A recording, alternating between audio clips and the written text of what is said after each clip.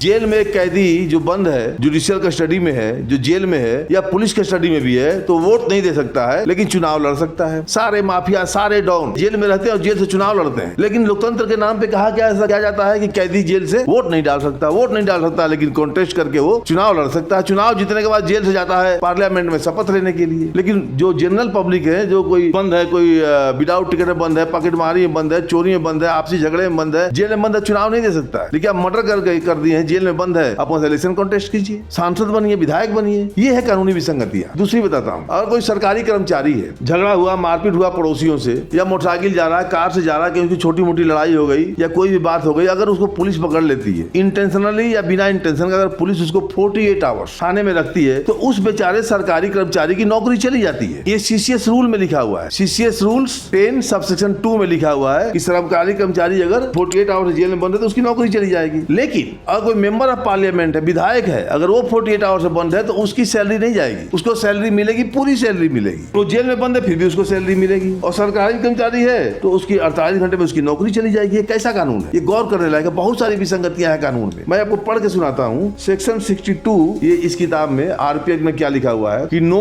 Person shall vote at any election if he is confined in a prison, अगर वो jail में बंद है, वेदर अंडर सेंटेंस और इम्प्रिजमेंट और ट्रांसपोर्टेशन और अदरवाइज, और is in the lawful custody of the police. अगर पुलिस कस्टडी में जेल में चुनाव नहीं लड़ सकता, लेकिन चुनाव में वोट नहीं दे सकता, लेकिन वो चुनाव जीत सकता है। सरकारी कर्मचारी 48 घंटे में उसकी सर्विस चली जाती है, और एक नेता अगर जेल जाता है तो 24 घंटे नहीं, 48 घंटे नहीं, 10 दिन, 20 दिन, 100 दिन रहे, 2 महीने रहे, उसकी पार्लियामेंट की सैलरी नहीं रुकेगी। सरकारी नौकरी की सैलरी तो जाएगी ही, कोर्ट से सजा मिलेगी ही, और डिपार्टमेंट, उसी के डिपार्टमेंट वाले उसके दुश्मन बन जाते हैं और डिपार्टमेंटल इंक्वायरी शुरू कर देते हैं। कैसा कानून है ये?